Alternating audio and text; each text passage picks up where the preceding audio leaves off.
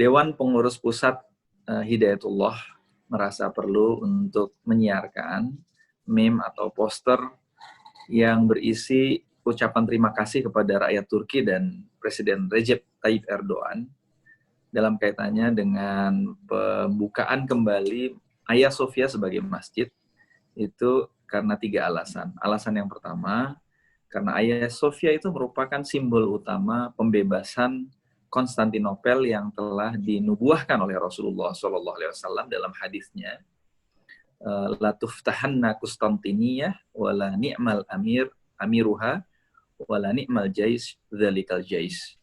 Sungguh akan dibebaskan Konstantinopel, dan panglima yang memimpin pembebasannya adalah panglima terbaik, dan pasukan yang terlibat membebaskan Konstantinopel adalah pasukan terbaik. Karena yang pertama kali mengucapkan itu adalah Rasulullah SAW, dan beliau adalah utusan Allah, dan itu merupakan nubuah, maka kalimat dan ketetapan itu merupakan bagian dari perjalanan keimanan setiap Muslim, bahkan bagian dari materi pendidikan keimanannya penting untuk disampaikan oleh para orang tua kepada semua anak-anak Muslim sampai akhir zaman nanti. Dia bagian dari syariat Islam. Yang kedua, penghentian fungsi Hagia Sophia sebagai tempat beribadah, ruku, sujud, sholat, khutbah Jumat, kemudian iktikaf, dan berbagai kegiatan ibadah maupun keilmuan lainnya selama 86 tahun, ya, padahal sebelumnya itu sudah 481 tahun jadi masjid, maka itu suatu musibah secara politik maupun secara diniyah, yang merupakan keputusan dari Kabinet Republik Turki pada tahun 1934 yang memutuskan Hagia Sophia dihentikan fungsinya sebagai masjid, dihentikan semua kegiatan ibadah di dalamnya, yang artinya secara langsung Republik Turki yang dipimpin oleh kabinet sekuler pada saat itu memutuskan menghentikan Hagia Sophia sebagai simbol dibebaskannya Konstantinopel. Dan itu sesuatu yang besar secara sejarah. Tetapi dengan penuh kesabaran, dengan penuh ketelatenan para ulama, para pemimpin, dan rakyat Turki secara keseluruhan, pelan-pelan membangkitkan dan mengembalikan lagi kesadaran itu sampai puncaknya. Kemudian hari Jumat kemarin, Mahkamah Agung Turki memutuskan pembatalan keputusan rapat kabinet Turki pada tahun 1934 itu dengan mengembalikan status Museum Hagia Sophia kembali menjadi masjid seperti semula. Yang ketiga, kita berterima kasih kepada rakyat Turki dan khususnya Presiden Recep Tayyip Erdogan karena beliau telah mengaitkan langsung dalam pidato kenegaraannya menyambut keputusan Mahkamah Agung Turki kemarin, Jumat kemarin itu, beliau menyebutkan dalam paragraf kedua langsung bahwa dikembalikannya dan dibangkitkannya kembali Hagia Sophia ini merupakan tanda awal dari perjalanan kita membebaskan Masjidil Aqsa. Kita layak berterima kasih kepada mereka, tetapi pengumuman Dewan Pengurus Pusat Hidayatullah itu dimulai dengan kata Alhamdulillah, segala pujian hanya bagi Allah. Bukan memuji Recep Tayyip Erdogannya, bukan memuji rakyat Turkinya, tetapi memuji Allah Subhanahu wa Ta'ala yang telah meletakkan kita dalam posisi sebuah zaman di mana kita menyaksikan kebesaran ini, dan insya Allah dalam waktu dekat kita juga akan melihat keagungan yang lain lagi, yaitu kemenangan umat Islam yang berikutnya, dibebaskannya Masjidil Aqsa segera insya Allah.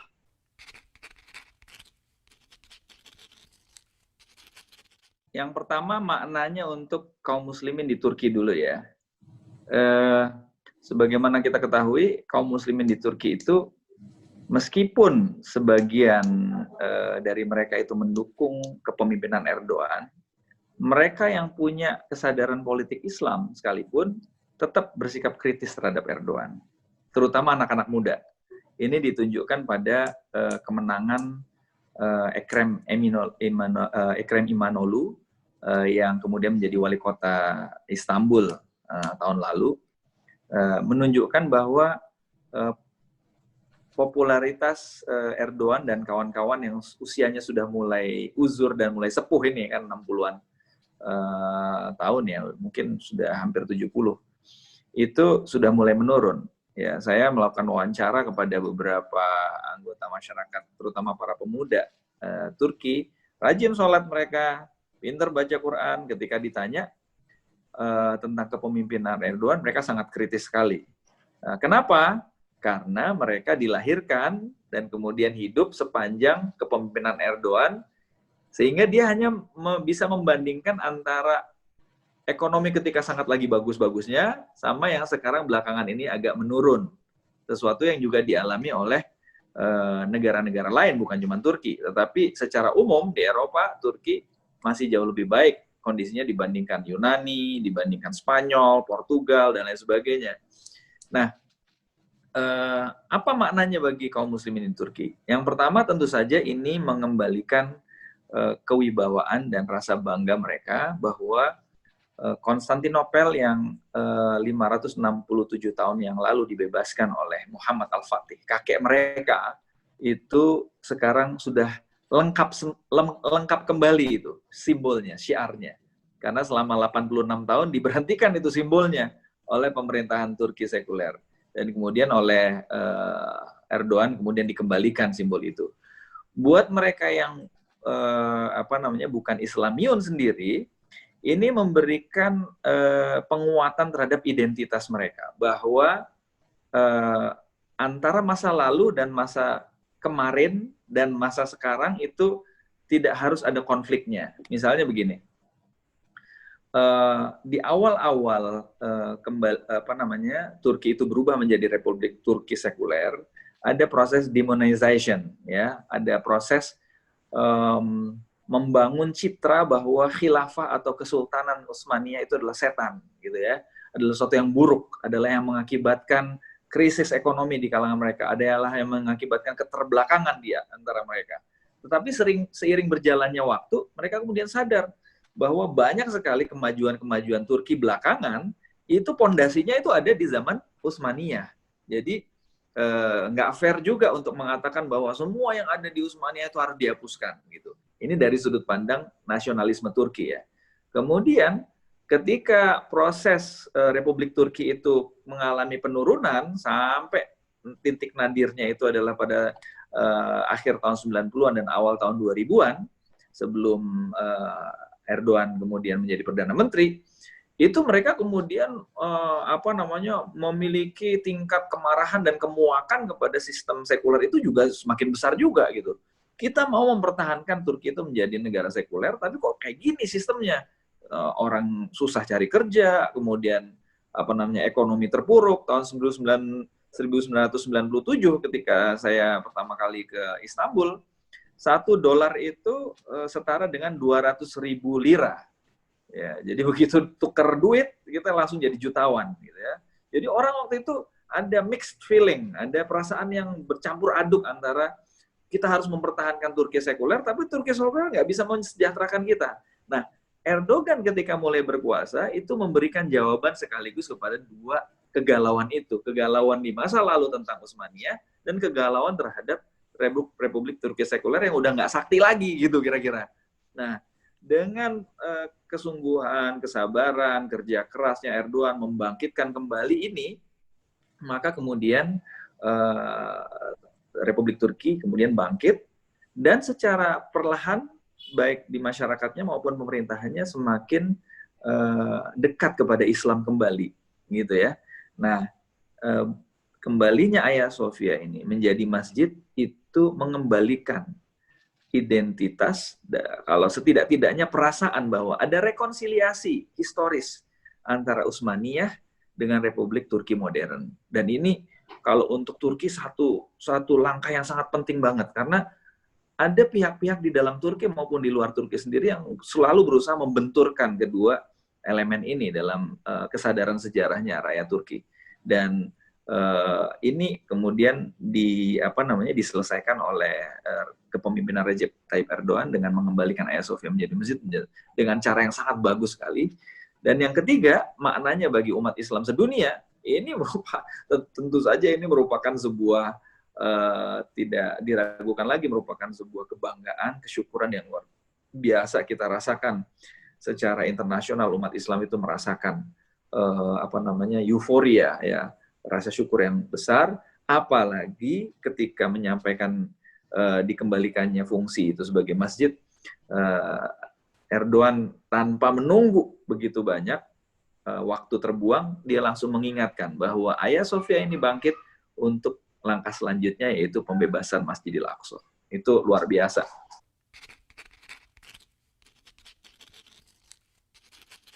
Recep Tayyip Erdogan, baik sebagai Perdana Menteri maupun Presiden, memegang kekuasaan selama 17 tahun. Sementara kekuasaan Turki sekuler itu sudah berkuasa di Turki sejak tahun 2003 kurang 1924, jadi 79 tahun. 17 tahun itu nggak ada apa-apanya dibandingkan proses 79 tahun proses sekularisasi, kan? Jadi perubahan yang dilakukan oleh Erdogan tentu saja membutuhkan waktu dan mengikuti apa yang menjadi prioritas utama. Saya melihat prioritas utama dari kepemimpinan Erdogan ini adalah mengembalikan kepercayaan masyarakat terhadap kepemimpinan sistem yang ada dalam negara, dalam sistem negara Turki, bahwa sistem yang ada di Turki adalah mensejahterakan rakyat.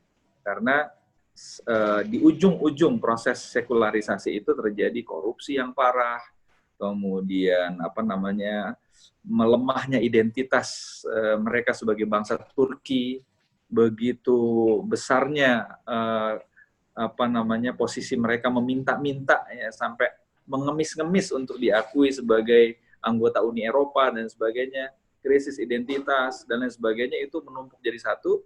Dan dalam waktu 17 tahun ini semua itu diperbaiki setahap demi setahap oleh kepemimpinan Presiden Recep Tayyip Erdogan. Dikembalikannya fungsi Masjid Hagia Sophia ini kalau dilakukan di awal kekuasaannya itu akan sangat menyulitkan bagi dia mempertahankan kekuasaannya. Suatu hal yang sama seperti dilakukan oleh Presiden Mursi. Presiden Mursi di Mesir dalam waktu kurun 1 tahun dia sudah menyatakan bahwa kita akan membebaskan Masjidil Aqsa, kita akan melakukan ini dan itu, yang dalam waktu 1 tahun, sementara pondasi kekuasaannya masih sangat lemah, kemudian kesejahteraan ekonomi belum juga dibuktikan oleh kabinetnya secara signifikan, maka dengan sangat mudah dia kemudian digulingkan oleh kudeta. Di atas itu semua, kita semua sebagai orang beriman meyakini bahwa ketetapan dikembalikannya Hagia Sophia menjadi masjid juga bagian dari skenario Allah Subhanahu wa taala. Qadarullah wa ma syaa fa'ala, dan kalau sudah menjadi ketetapan Allah, tidak ada timing yang atau waktu yang dianggap terlambat atau lebih cepat, karena sudah sesuai dengan ketetapan Allah. Tapi yang sangat menarik di sini adalah bahwa kita melihat meskipun berbagai kritik dari dalam secara internal maupun dunia internasional itu sangat kuat, ya, tetapi kita lihat prosesnya itu sangat mulus dan cantik sekali sebagai sebuah proses politik. Dan yang tidak kalah pentingnya, Dr. Khalid El-Awaisi, salah seorang pakar sejarah di Universitas Ilmu Sosial Ankara, ketika beberapa hari yang lalu pada hari Ahad malam itu ada syukuran online bersama sahabat Al-Aqsa. Beliau mengatakan bahwa sekarang ini mood nasional, ya, suasana hati secara nasional rakyat Turki itu sebagian besar adalah gembira. Baik yang muslimin, yang islamis maupun yang sekuler cenderung untuk menerima. Kenapa? Tadi disebutkan dalam pertanyaan popularitasnya Erdogan dalam keadaan menurun. Ya, itu bisa pandangan yang relatif, tetapi faktanya ada 2 fakta penting dalam era wabah coronavirus disease ini. Yang pertama, kepala perwakilan WHO, World Health Organization, bagian Eropa, chapter Eropa, itu menyatakan bahwa Turki adalah negara yang harus menjadi contoh dari negara-negara lain dalam menangani wabah ini. Yang kedua, laporan berbagai sumber berita ekonomi yang terkenal itu menyebutkan bahwa selama semester pertama tahun 2020, Turki mencatatkan kenaikan ekspor ke Eropa sebesar 20%, justru di saat wabah. Dalam kondisi seperti ini, ketika rakyat Turki merasakan bahwa pemerintahnya sangat serius, bahkan diakui oleh WHO sebagai negara dan pemerintahan yang mampu menghandle wabah ini dengan baik, plus situasi ekonomi yang tidak terlalu terpuruk, bahkan cukup kuat dalam menghadapi krisis ekonomi akibat wabah ini, hampir tidak ada pihak di Turki yang bisa membantah bahwa ini adalah suatu langkah yang legitimate untuk dilakukan oleh Erdogan sekarang.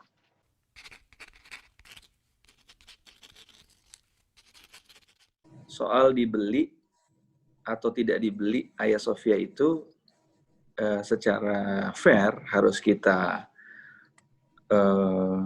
tanyakan juga, apakah Masjid Alhambra, Istana Alhambra di Andalusia dan Masjid Cordova atau Kurtubah di Spanyol itu dibeli atau dirampas. Ya kan?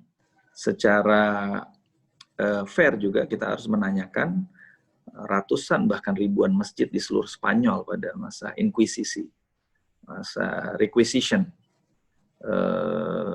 pembantaian dan pengusiran umat Islam dan Yahudi dari Spanyol itu dalam keadaan dibeli atau dirampas gitu. Jadi menurut saya pertanyaan ini di satu sisi dari segi perjuangan umat Islam nggak penting-penting amat untuk dijawab, karena kawasan yang luasnya 16 km persegi yang namanya kota Konstantinopel itu statusnya adalah ditaklukkan dan kemudian dimerdekakan dari Imperium Romawi Bizantium oleh Muhammad Al-Fatih yang merupakan keturunan ketujuh dari dinasti Utsmaniyah yang sudah 200 tahun berada di seberang lautnya itu, seberang Golden Horn dan Laut Marmara itu. Mereka dari awal berdirinya dinasti itu sudah mendeklar dan sudah menjadikannya sebagai tekad turun-temurun bahwa mereka akan menaklukkan dan membebaskan kota Konstantinopel sebagaimana yang dinubuahkan oleh Nabi Muhammad SAW. Jadi itu tekad 7 generasi. Ya. Nah, ketika 16 km persegi itu berhasil dengan izin Allah pada bulan Mei tahun 1453 dibebaskan, ditaklukkan dan kemudian dibebaskan, pertanyaannya adalah apakah relevan satu persatu yang ada di dalam itu kemudian ditanyain ini beli apa ngambil? Ya nggak relevan. Kenapa? Karena semua yang ada di dalam 16 km persegi itu adalah bagian yang dari bagian wilayah penaklukan, sudah selesai gitu. Ya kan?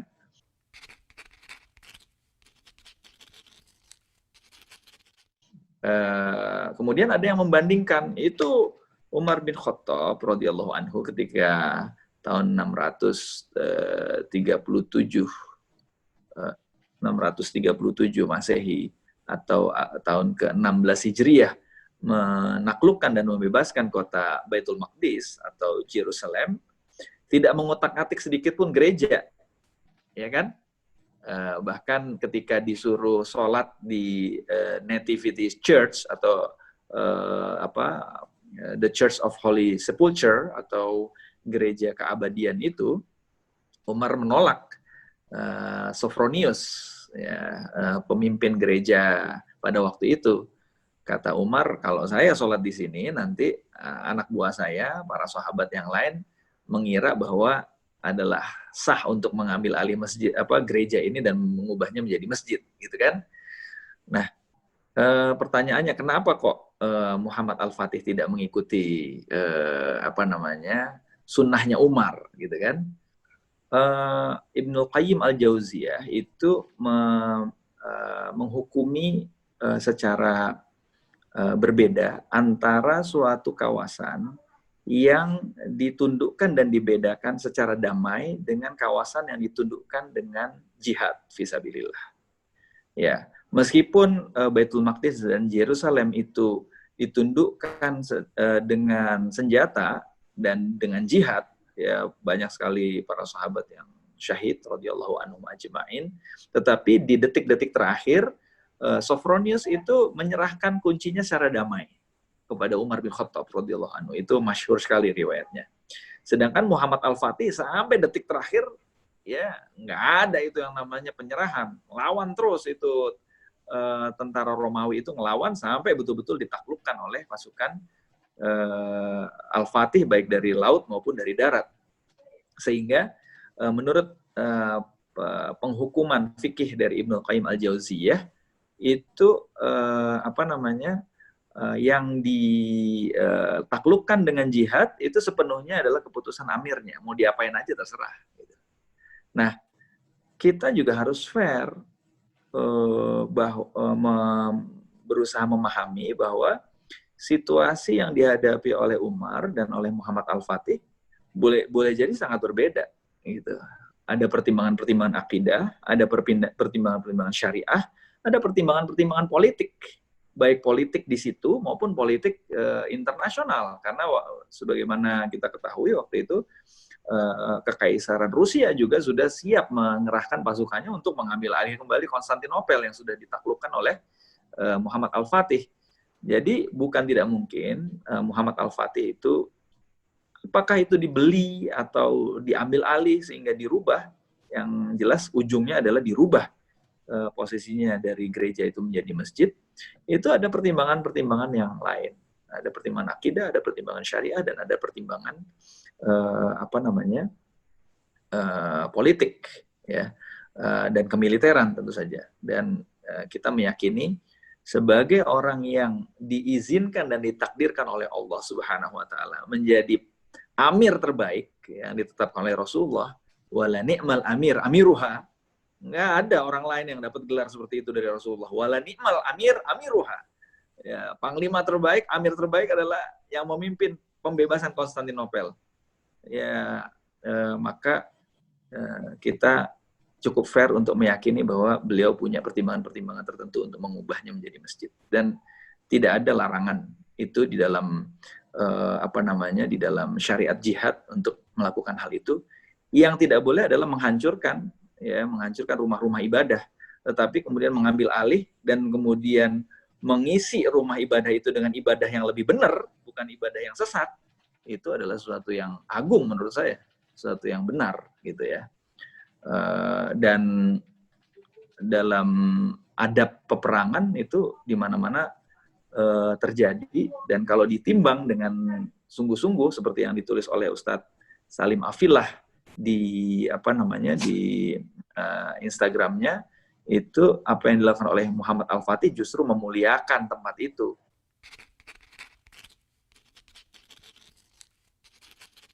Hubungan antara pembebasan Baitul Maqdis dengan dikembalikannya fungsi Hagia Sophia.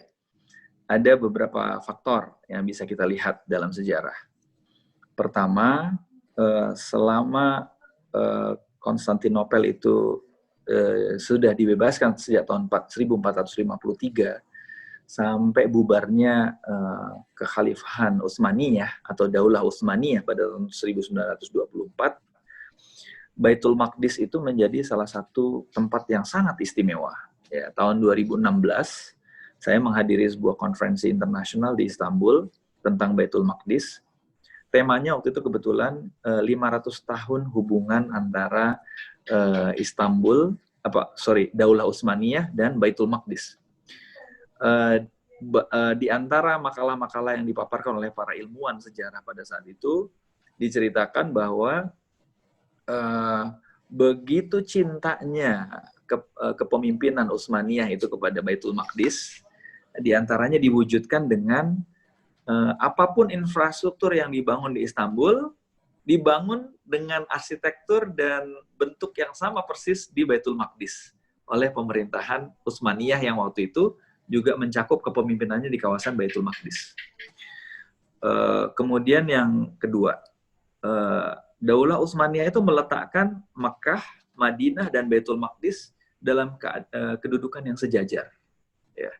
Sangat dimuliakan, dan dengan penuh kesadaran sejarah dan peradaban, menjadikan ketiga tempat itu sebagai bukan saja pusat ibadah, tetapi juga pusat rujukan peradaban ya, dari waktu ke waktu. Di antaranya misalnya ada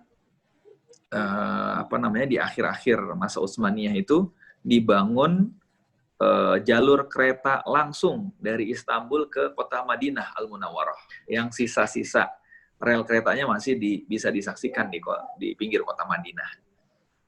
Dan banyak lagi ya, kalau kita lihat Masjidil Haram yang sekarang pun di bagian ring paling dekat dengan tempat tawaf itu sisa-sisa bangunan Utsmaniyah ya, sisa-sisa bangunan Utsmaniyah. Begitu juga Baitul Maqdis, Masjidil Aqsa yang luasnya 14,2 hektar, ada yang menyebut riwayat lain 14,4 hektar. Itu bangunan yang sekarang kita saksikan adalah komposisi dari bangunan arsitektur yang dibangun sejak 700 tahun yang lalu dari zaman Daulah Utsmaniyah, Daulah Umayyah, Daulah Abbasiyah, dan Daulah Utsmaniyah yang paling dominan itu. Jadi hubungan antara Istanbul dengan ketiga tempat ini sangat-sangat istimewa secara historis dan menjadi rujukan peradaban umat Islam di zaman-zaman berikutnya sampai sekarang. Nah, kemudian ada penjelasan dari Profesor Abdul Fattah El-Awaisi, seorang guru besar ilmu hubungan internasional yang juga pendiri ISRA, Islamic Jerusalem Research Academy. Beliau menyatakan bahwa dalam ayat Al-Quran surat Al-Isra atau Bani Israel ayat 1, Subhanalladzi asra bi'abdihi lailan minal masjidil harami ilal masjidil aqsa alladzi barakna haulahu linurahu min ayatina innahu huwas-samiul basir. Maha suci Allah yang telah memperjalankan hambanya, yaitu Nabi Muhammad SAW, di malam itu dari Masjidil Haram ke Masjidil Aqsa yang kami berkahi kawasan di sekitarnya, linuriyahu, untuk menunjukkan tanda-tanda kebesaran kami. Innahu huwas-samiul basir. Sesungguhnya Allah Maha mendengar dan Maha melihat. Itu alladzi barakna haulahu itu ya, beliau jadikan ayat itu yang diberkahi di sekitar Baitul Maqdis atau Masjidil Aqsa itu sebagai sebuah teori geopolitik hubungan internasional yang dia sebut sebagai teori the circles of barokah, lingkaran-lingkaran barokah. Apa itu lingkaran-lingkaran barokah? Bahwa barokah yang disebut oleh Allah Subhanahu wa taala berdampak khusus pada posisi geopolitik Baitul Maqdis dan Masjidil Aqsa. Seringkasnya begini, siapa yang menguasai dan mau mengendalikan seluruh kawasan itu, Timur Tengah itu, maka dia secara geopolitik harus menguasai dan membebaskan dan mengendalikan Baitul Maqdis. Kalau enggak bisa. Nah, kalau dia bisa mengendalikan Baitul Maqdis dan mengendalikan kawasan yang di sekitarnya, yang disebut Al-Ard Al-Mubarakah atau negeri Syam itu kan termasuk 4 negara ya, Palestina, Yordan, Suriah, Lebanon. Tetapi dalam peta yang beliau bikin, yang berdasarkan nas-nas yang diriwayatkan oleh para sahabat, para tabi'in, Al-Ard Al-Mubarak itu, kawasan selatannya itu mencakup bagian utaranya Saudi sampai ke Tabuk. Dan kawasan utaranya sampai ke satu provinsi atau satu kawasan di Turki bagian selatan, namanya Iskanderun. Sampai mencakup kawasan Laut Siprus, bahkan sebagian dari Pulau Siprus masuk ke dalamnya. Kalau yang ke timurnya itu masuk ke kawasan Yordan, sampai ke perbatasan Irak. Nah, dari sini kita kemudian melangkah lebih jauh. Beliau mengatakan bahwa alladzi barakna haulahu itu juga ada lingkaran-lingkarannya. Lingkaran pertamanya Masjidil Aqsa, lingkaran keduanya kota Baitul Maqdis, lingkaran ketiganya wilayah Baitul Maqdis, lingkaran keempatnya Al-Ard Al-Mubarakah, negeri Syam, dan lingkaran kelimanya itu adalah negara-negara yang menjadi border, yang menjadi ring satunya negeri Syam. Mana aja negara itu? Pertama Irak, yang kedua Mesir, yang ketiga Turki, yang keempat Suriah. Ya, Suriah bagian utara. Nah, 3 negara itu, Suriah, Irak, Mesir, ini bisa dibilang negara yang lemah sekarang ini. Suriah dan Irak itu disebutnya dalam istilah hubungan internasional disebut failed state, negara-negara gagal. Nah, satu-satunya negara muslim yang masih punya kekuatan, baik politik, ekonomi, militer, dan secara realistis kita menyaksikan punya kemampuan untuk mengambil inisiatif, melakukan diplomasi, tekanan internasional, dan semua yang diperlukan untuk membebaskan Masjidil Aqsa adalah Turki. Nah, tidak tersisa negara yang lain di sekitar situ. Karena itu, ketika beliau mengungkapkan dalam pidatonya bahwa dikembalikannya Hagia Sophia ini merupakan langkah awal pembebasan Masjidil Aqsa, di situ ada 3 makna.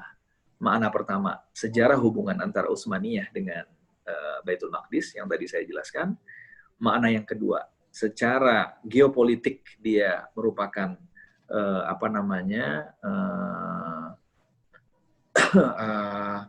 negara, satu-satunya negara Muslim yang paling dekat dengan Baitul Maqdis yang berpotensi untuk melakukan inisiatif pembebasan Baitul Maqdis.